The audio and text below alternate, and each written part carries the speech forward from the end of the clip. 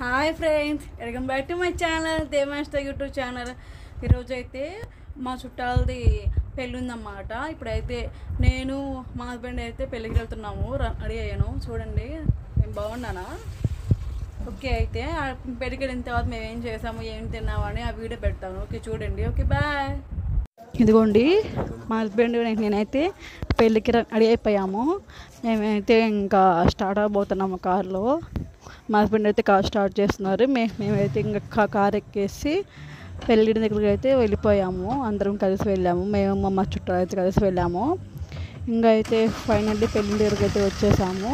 అది కూడా మీరు చూడవచ్చు. అంత లైటింగ్ అంతా చాలా బాగుంది కదా.